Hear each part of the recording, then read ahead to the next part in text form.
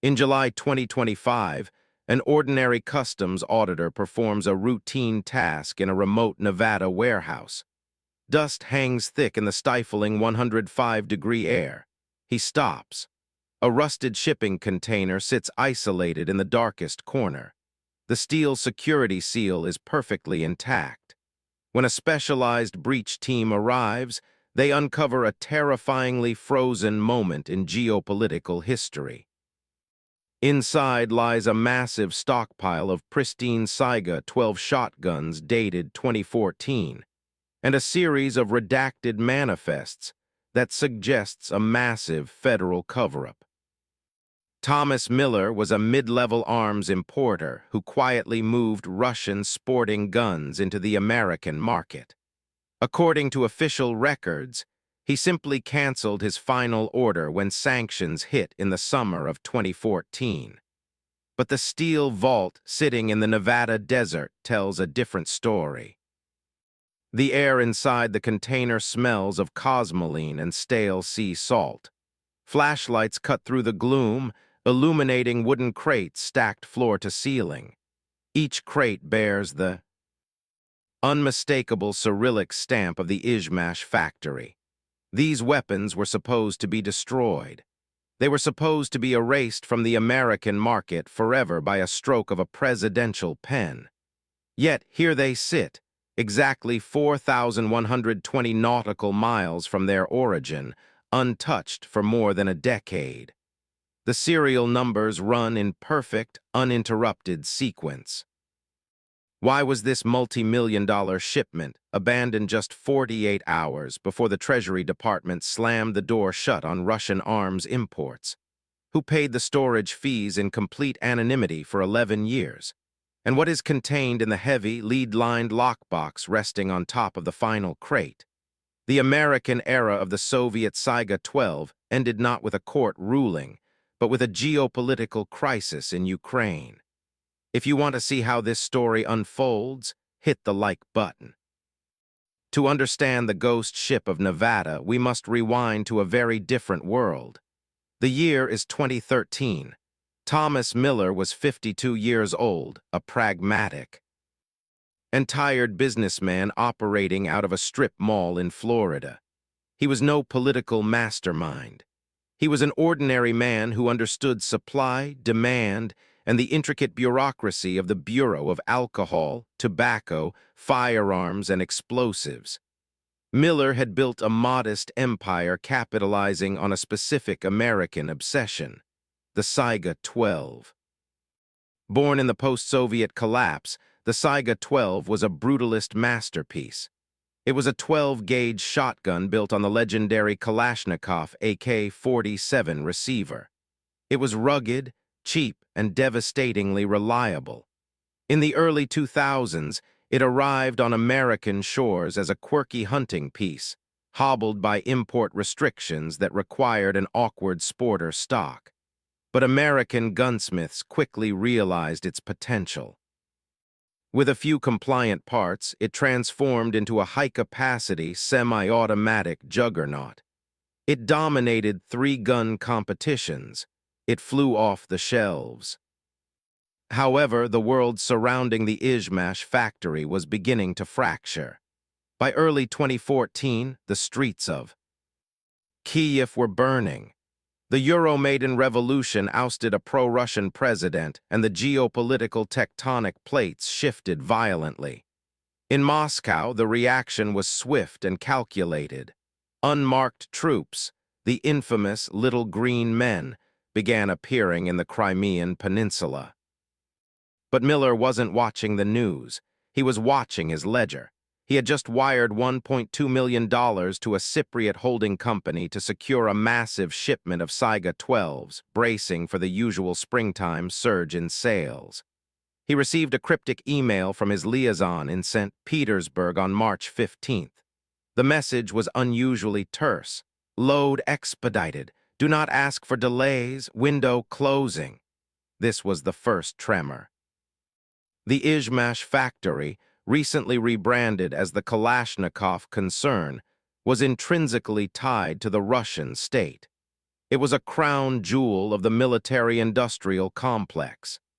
As the United States and the European Union drafted their responses to the annexation of Crimea, whispers of targeted sanctions began to echo through the corridors of Washington. However, the initial rounds of sanctions in March and April missed the small arms industry entirely. They targeted specific political figures and massive energy conglomerates. Miller breathed a sigh of relief. He tracked his cargo ship, the MV Vologda, as it prepared to cross the Atlantic. The bureaucracy of the ATF Form 6 import permits seemed normal. The paperwork was clean. But the Treasury Department's Office of Foreign Assets Control, or OFAC, was quietly shifting its crosshairs. Intelligence indicated that oligarchs tied to the Kalashnikov concern were moving assets rapidly to avoid the coming freeze. The guns were no longer just sporting equipment. They were hard currency. They were liquid assets moving across the ocean. Miller noticed strange anomalies in his banking statements by late June. 2 separate routing transfers were bounced by intermediary banks in New York without explanation. His Russian contact stopped answering phone calls. The emails ceased entirely. The MV Vologda was somewhere in the mid-Atlantic, carrying thousands of shotguns that were legally permitted to enter the country. What they didn't know was that a classified draft of Executive Order 13,662 was already sitting on a desk in the Oval Office. The MV Vologda departed the port of St. Petersburg on June 22, 2014. Officially, its destination was the port of Baltimore, a standard entry point for heavy industrial goods and commercial firearms. But the manifest filed with the International Maritime Registry told a slightly different story. It listed a secondary, unscheduled stop at a deep-water port in the Bahamas. The journey was plagued from the moment the mooring lines were dropped. A brutal summer squall in the North Sea slowed the vessel's progress to an agonizing 11 knots. Saltwater crashed over the bow, hammering the stacked TEU containers. Inside container number 884 Bravo, Thomas Miller's shipment of Saiga-12 sat packed in thick grease, completely insulated from the violent weather outside. However, the real storm was brewing in Washington. On July 16, 2014, the landscape of international trade fractured. The Treasury Department officially designated the Kalashnikov concern under Executive Order 13,662. The phrasing was clinical, sterile, and absolutely devastating. It prohibited any U.S. person from conducting business with the entity. In an instant, the company that manufactured the Saiga-12 was radioactive. The MV Vologda was exactly 412 miles off the coast of Florida when the news broke. Miller was sitting in his air-conditioned office when his customs broker called. The broker's voice was shaking. The rules of gravity had just been reversed. Because Miller had already paid for the shotguns, he owned them. But because the manufacturer was now sanctioned, taking physical possession of the goods could be construed as a criminal violation of federal sanctions law. Miller had 72 hours to figure out how to navigate. An impossible legal minefield. The ship was burning 40 tons of fuel a day, bleeding money, and the captain was demanding instructions. If the ship docked in Baltimore, Customs and Border Protection would seize the cargo immediately. The investment would be vaporized. But a shadow network of maritime logistics offered a desperate alternative. Miller's broker suggested diverting the shipment to a bonded warehouse. This was a legal gray area, a physical location on U.S. soil that is technically considered outside U.S. customs territory. Goods can sit there, untaxed and uncleared indefinitely. It was a massive gamble. The ship abruptly altered course on July 18. The massive diesel engines throttled up, pushing the vessel toward a secondary offloading facility near Jacksonville. The humidity was a suffocating 95% as the massive gantry cranes hooked onto container 884 Bravo. The squeal of stressed metal echoed across the concrete docks. The logistics were a nightmare. To move the container from the port to a long-term bonded facility in Nevada required specialized rail transport. Every 100 miles the train traveled inland, the legal peril increased. Miller was technically moving sanctioned assets across state lines. He wasn't a smuggler. He was a terrified businessman trapped in a geopolitical snare. However, the train stalled in a switching yard outside of Dallas for 48 hours. The temperature inside the container spiked to 120 degrees. The cosmoline protecting the steel began to sweat and run. Miller stayed awake for 3 days straight, chain-smoking and frantically refreshing the tracking portal. If an OFAC inspector decided to flag that specific railcar, Miller would face a decade in federal prison. The train finally lurched forward, crossing the desolate plains of the American Southwest. It arrived at the dusty, heavily fortified bonded warehouse in Nevada on July 25, 2014. The heavy steel doors rolled down. The padlock snapped shut. The cargo was safe. From immediate seizure, it was hidden from the immediate view of Washington, but the trap had merely snapped shut from the inside. The guns were trapped in purgatory. The sudden disappearance of container 884 Bravo did not go unnoticed. By August 2014, the Treasury Department was actively mapping the financial arteries of the Kalashnikov concern. An elite team of OFAC investigators, led by a meticulous forensic accountant named Sarah Jenkins, began auditing every major American firearms importer. They arrived at Miller's Florida office unannounced. They were not street cops. They wore tailored suits and carried hard drives.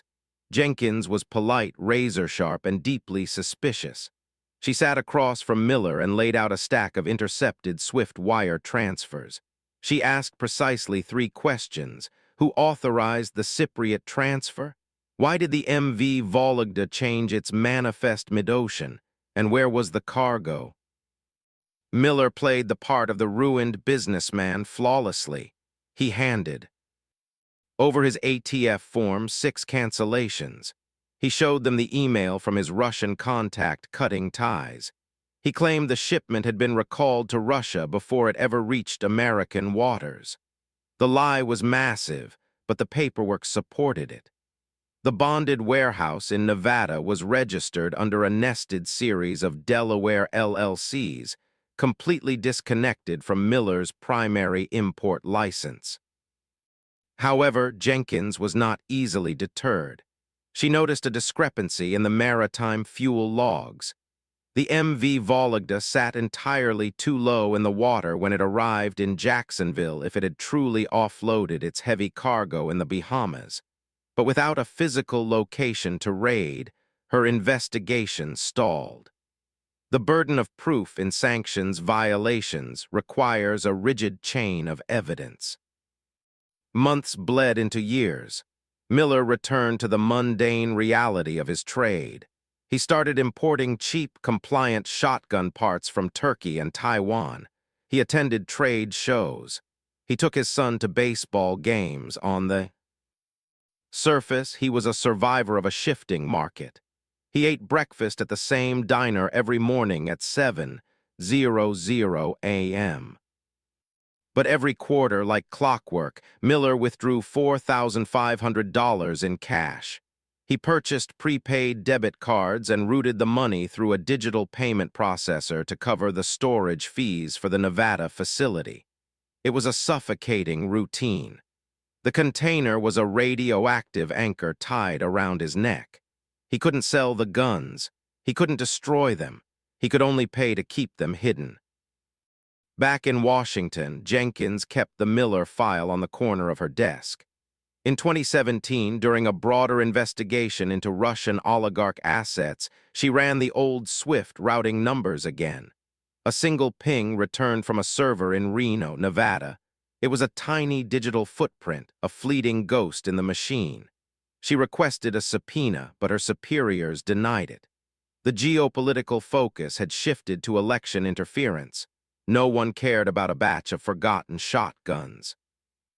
Decades began to slip away. The desert sun baked the roof of the Nevada warehouse. The paint on container 884 Bravo began to peel and flake. Inside, the darkness was absolute. In 2022, Thomas Miller suffered a massive heart attack and passed away in his sleep. His Florida business was dissolved. His records were shredded.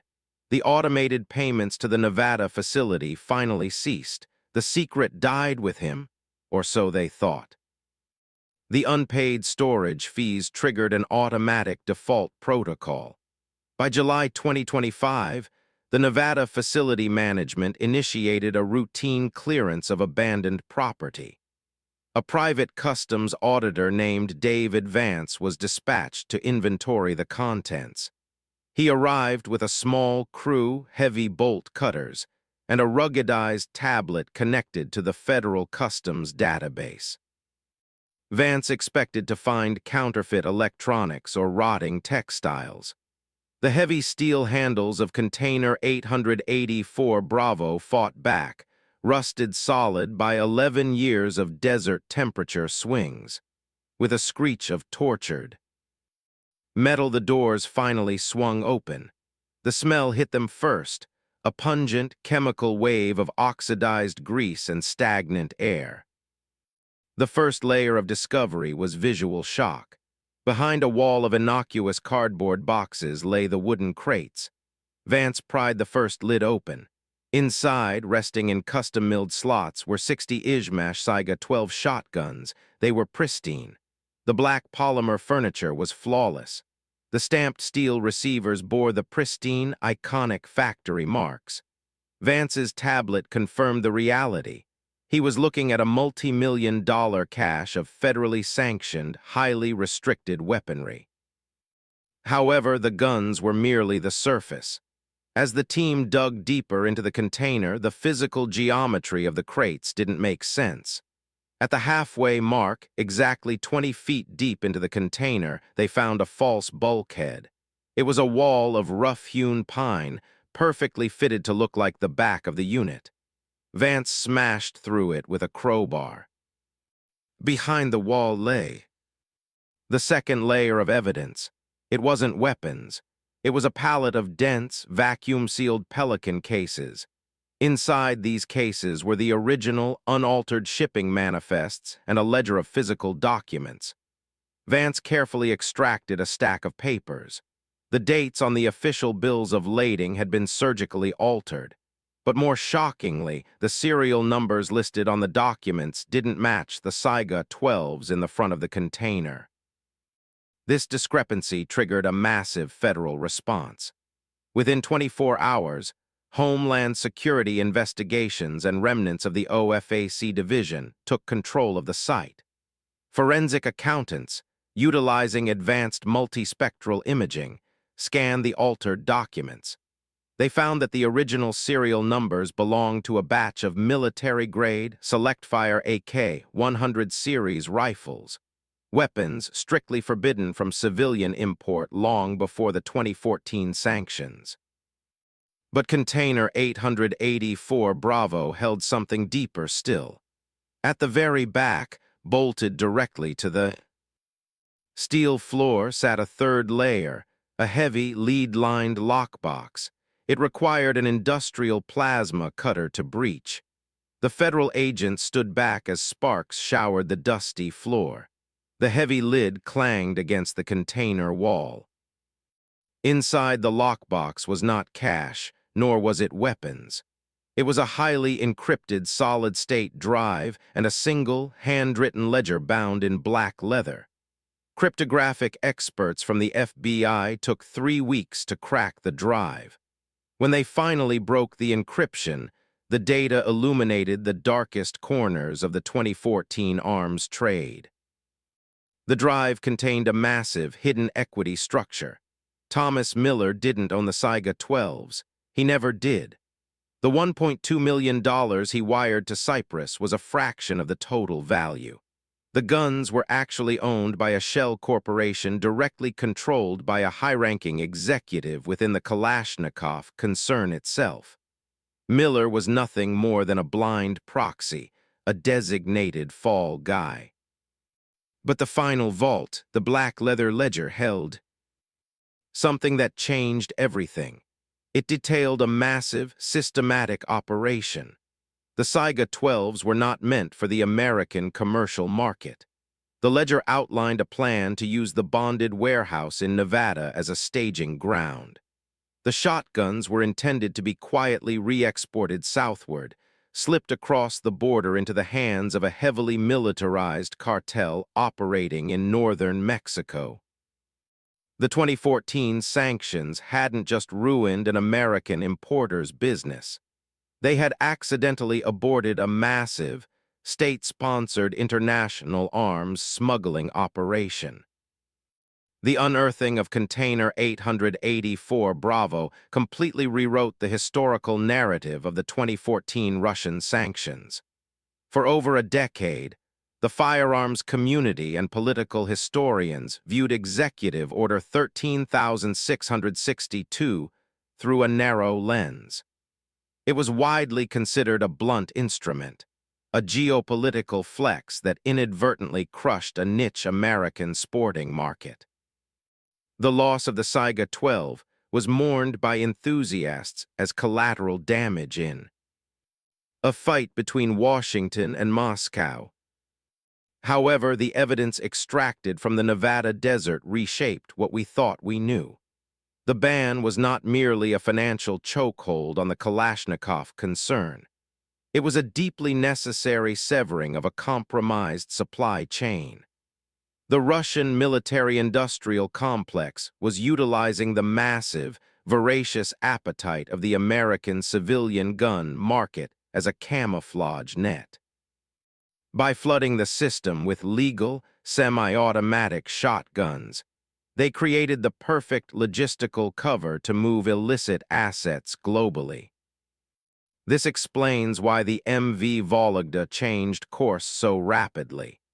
It explains why the Cypriot holding companies vanished into the digital ether the moment the sanctions were signed. The Kalashnikov executives weren't trying to save a commercial sale. They were trying to protect a highly lucrative, deeply illegal distribution network. The discovery offered a profound vindication for Sarah Jenkins and the dismissed OFAC investigators. Jenkins, who had retired in 2021, feeling utterly defeated by the bureaucratic wall, was brought back as a consultant. She stood in the evidence lockup, looking at the black leather ledger.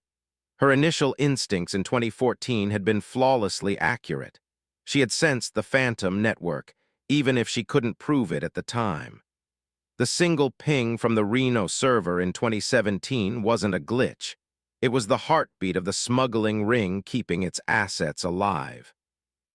The implications stretch far beyond a single container in Nevada. The FBI immediately reopened dozens of cold cases related to imported Russian hardware between 2010 and 2014.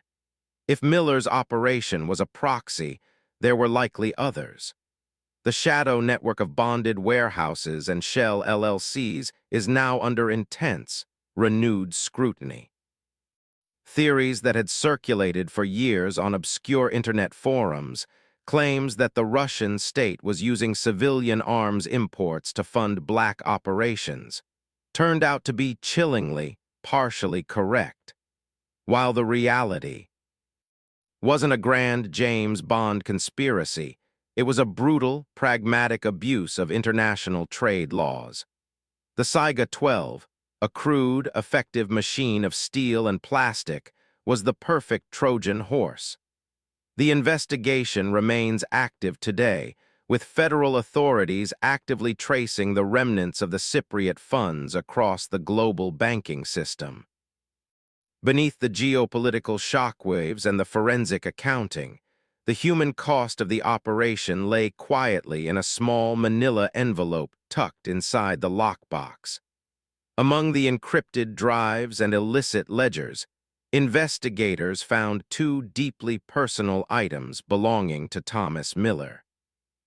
The first was a heavily folded, faded printout of an email dated June 1, 2014. It was from a low-level factory manager in Izhmash, written in broken English. It read, "Thomas, they are taking the shipments from my floor. Men I do not know. I am sorry for your business. I think I will lose my job. Stay safe." It was a fleeting human connection across a collapsing geopolitical divide. Two ordinary men caught in the gears of a massive machine. The second item was a Polaroid photograph of Miller standing in his Florida warehouse in 2010, grinning widely holding a freshly unboxed Saiga-12. He looked proud. He looked innocent. Thomas Miller spent his final years as a hollow shell of that man in the photograph. The stress of maintaining the lie, of paying the silent extortion of the storage fees, consumed him. He alienated his family and drank heavily. He died believing he had ruined his own life through a single, catastrophic business decision. When federal agents approached Miller's estranged son, Michael, in late 2025 to explain the true nature of his father's final shipment, the reaction was complex. Michael sat on his porch, staring at the copy of the Polaroid the agents gave him. "He wasn't a criminal mastermind," Michael said quietly, his voice breaking. "He was just a guy selling parts. He thought he was building something for us. Instead, he was carrying a bomb he didn't even know was ticking." The revelation didn't absolve Miller of his choice to hide the cargo, but it framed him as a tragic casualty of a silent war. He was a pawn who spent 11 years guarding a secret that wasn't even his. History teaches us that the most profound geopolitical shifts rarely echo with the sound of artillery. They arrive quietly, buried in the fine print of maritime manifests and customs declarations. The legacy of the Saiga-12 in America is a testament to this invisible warfare. In July 2025, an ordinary customs auditor stepped into a stifling Nevada warehouse and cracked open a tomb. The rusted steel of container 884 Bravo held more than just cosmoline and cold metal. It held the preserved anatomy of a global crisis, frozen at the exact moment the world changed. The thousands of pristine shotguns remain in federal custody today, slated for the blast furnaces, their serial numbers finally erased from the ledger. The truth was, locked in the dark for over a decade, comment which mystery we should investigate next.